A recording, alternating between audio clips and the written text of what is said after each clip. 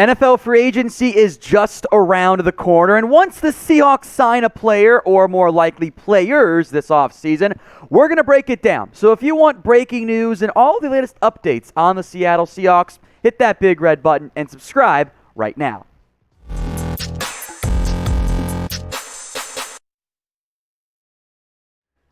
You're watching Seattle Seahawks Today. I am Tom Downey, and today's show is powered by the Fetch Rewards app. It lets you scan your receipts for points that you can then redeem for gift cards to your favorite store or restaurant. Works on any receipt, by the way. Get 3,000 bonus points when you use promo code Seahawks at chatsports.com/fetch. Today's video is all about potential free agent targets for the Seattle Seahawks. A long list of names. We will undoubtedly not hit every name that ends up signing in Seattle, but we're going to do our darndest to get a couple right here. Seattle has quite a bit of money available in cap space right now. They are top 10 in the NFL. A lot of their own free agents, of course. And they can create a lot more by doing the smart thing and restructuring guys and extending them like Russell Wilson, Bobby Wagner, allowing them to be ultra aggressive if they want to be in free agency this year. And they do have some big-time needs. Cornerback, offensive tackle,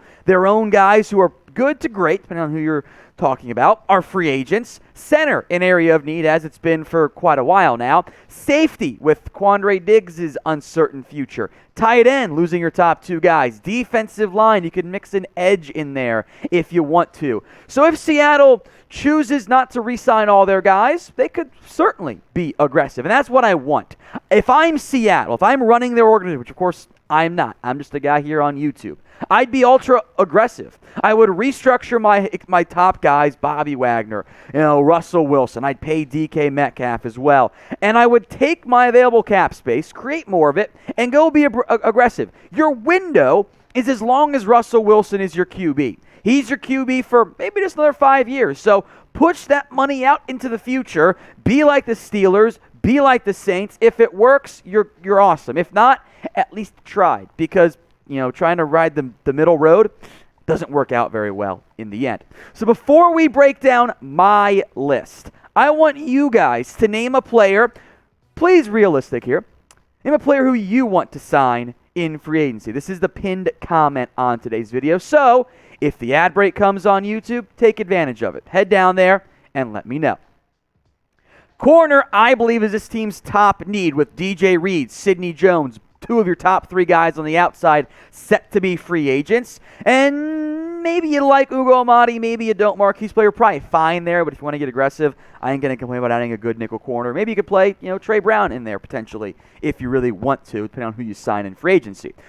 So even if you bring back DJ Reed or not, you're going to probably want some help at corner. First up is J.C. Jackson, and this would be your big splash addition at the cornerback spot. 8 INTs, 23 pass breakups. There was, questions, hey, can he be a number one corner without Stephon Gilmore?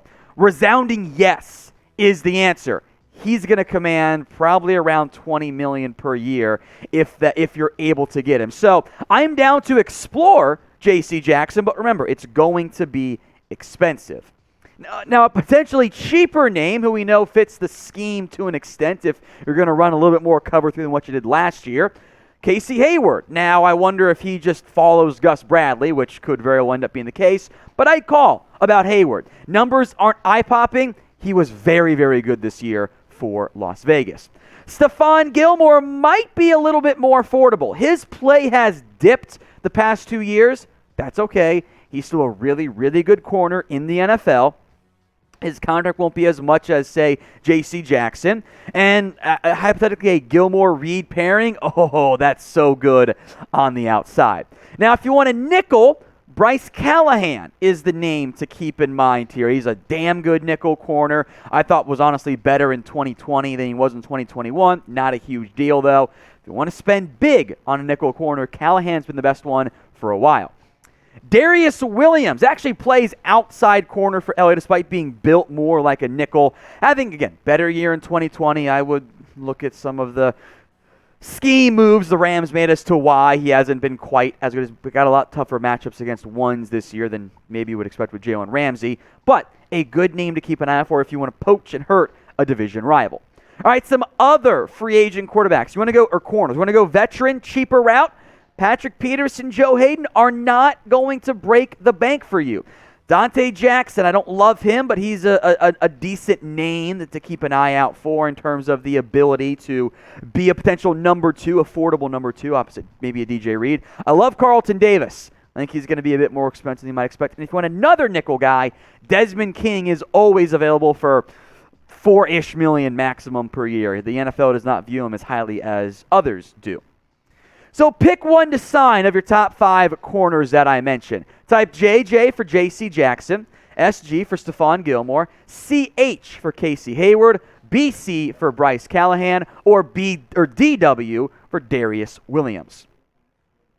Now, earlier on the show, I should say, we mentioned the Fetch Rewards app. You can download the app for free at chatsports.com/fetch. Any receipt that you have, it works with the Fetch Rewards app. They will give you points, whether it is your local mom and pop shop, a major chain or restaurant, a gas station. Even the receipts that might not work normally, you can find a way to make it work with the app. You can fill in the store name if you have to do something like here on this fancy little video we're showing you guys right now.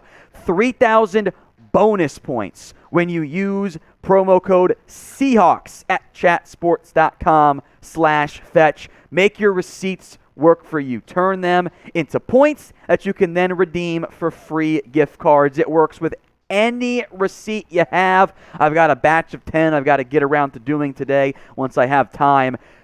Download the app, chatsports.com/fetch. I'll put the link and the promo code Seahawks for 3,000 bonus points in the comments section. Let's go to the offensive line. I think big areas of need here for Seattle with your centers being free agents and not playing that great. Both tackles, starters being free agents, and I don't know how much you want to trust Stone Forsythe, Jake Curran as options. Let's look at some of the names here, the big names, right, if you want to spend big. I love Teron Armstead when he's healthy.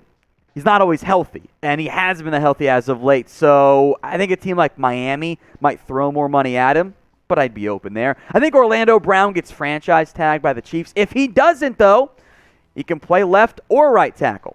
I've got interest. Cam Robinson, Jags offensive tackle, former early round pick. Hasn't played great, but you could probably blame the Jags coaching staff for some of that as well. As a more cheap option, I am intrigued by Robinson, who I do think will be far more obtainable than Armstead or Brown.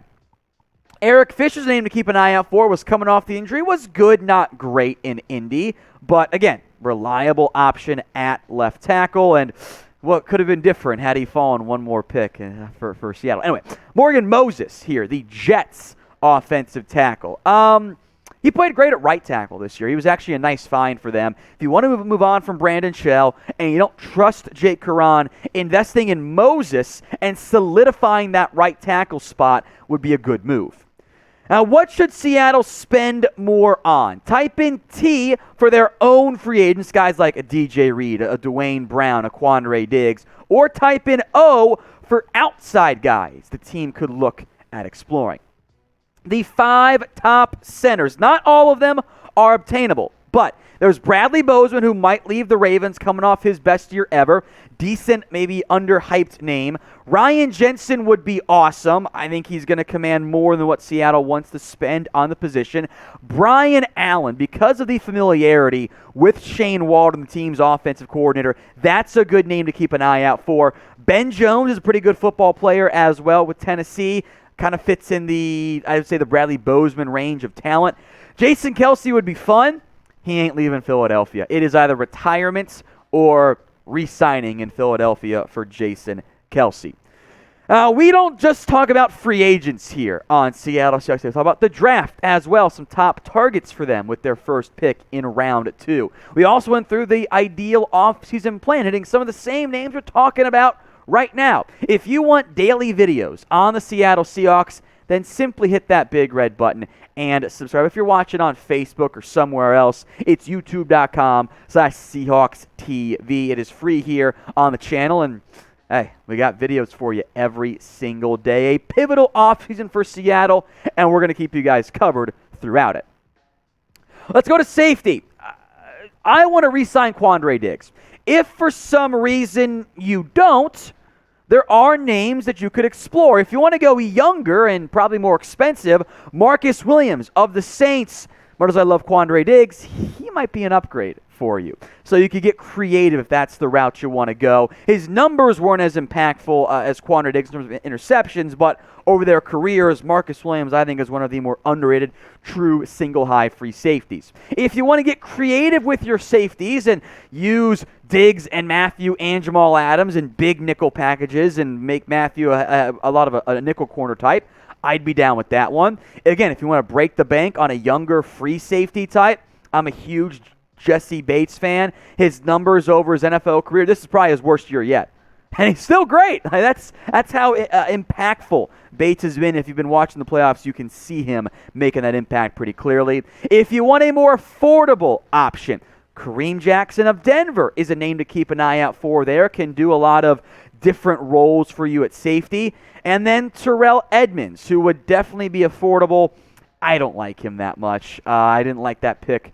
My profile picture of me looking confused on Twitter was from the back-to-back picks of Rashad Penny and Terrell Edmonds. At least Penny finally made it worthwhile for 5 games at the end of his tenure, potentially in Seattle. All right, over to tight end. Your top 2 guys are free agents, Gerald Everett and Will Dissly, leaving just Colby Parkinson.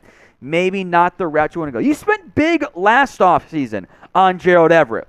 Maybe you try it again this year at tight end. Mike Gesicki is not an elite blocker, but he's a really, really good athlete and very productive in an offense that was limited by no real ground game and a pretty porous offensive line. If the Dolphins don't pay Gesicki, I would have interest in him. Now, my guess is that Rob Gronkowski retires just like he did with Tom Brady, but if not, he's still good. Gronk continues to play at a Gronk level, even though he continues to age and isn't that athletic as he was in his prime, but he can still block as well. Zach Ertz's numbers are also really good, surprisingly good. A bit of a bounce back year for Ertz this season. Doesn't bring you anything after the catch, but he gets open and makes plays for you. Dalton Schultz is a name to watch here. I think he's going to command, much like Mike Gesicki, $10 million per year or more. He was a great player for Dallas. Issues blocking in space at points, but in line he's fine, and very reliable safety valve for Dak Prescott. Cheaper option now, David Njoku. If you want to be aggressive and bank on the upside, I like Njoku. Decent blocker, athletic player as well. It's a good name to keep an eye out for. Overall, I think a pretty good tight end class in general. Evan Ingram has been a bust despite being a Pro Bowler, which, again, the Pro Bowl is so stupid. But C.J. Uzomah has played well for the Cincinnati Bengals. Veterans like Jared Cook are out there as well. You could go lesser-known names, Tyler Conklin, Mo Alley Cox, and hell, maybe O.J. Howard could be a fit for you, given that he's also a free agent in Tampa. All right, some other names to watch at various positions. Leonard Fournette, coming off one of his best years, I think would actually be a decent fit if you're worried about Chris Carson and or you don't want to pay Rashad Penny. James Conner, I think the touchdowns fool people. Nose for the end zone. He wasn't that efficient this past year, though, in Arizona. Akiem Hicks along the defensive line. This could be an Al Woods replacement. He's a lot bigger than you think. Does a good job of getting pressure, though, more so than some of your other guys up front. If Calais Campbell doesn't retire, I would be calling about him. He's older, I know, but he still brings you pressure, which I desperately want on the interior of that defensive line. Fully Fatukasi of the Jets, this would be your younger Al Woods run-stopping focused replacement. And then there are edges you could also end up exploring. Chandler Jones, for example, if you want to break the bank. If you want to go younger, Emmanuel Ogbah, I think is primed for a $16, $17, $18 million per year contract. If for some silly reason you move on from Bobby Wagner, Devondre Campbell is the top linebacker. He had a breakout year for Green Bay. He would probably command, though, probably $16, $15 million, I would guess, if you're going to win that bidding war for him. Another corner, Chris Harris. Again, nickel option for you out of the LA Chargers. And one more safety coming off injury. What if you just reunite Marcus May and Jamal Adams? It's fun. It worked in New York. He's coming off his own Achilles, though, or his own Achilles injury, though. Now, we went through a lot of names. I know I missed names. There's too many free agents. So let me know in the comment section who you think I should have included on our Seahawks free agent targets list.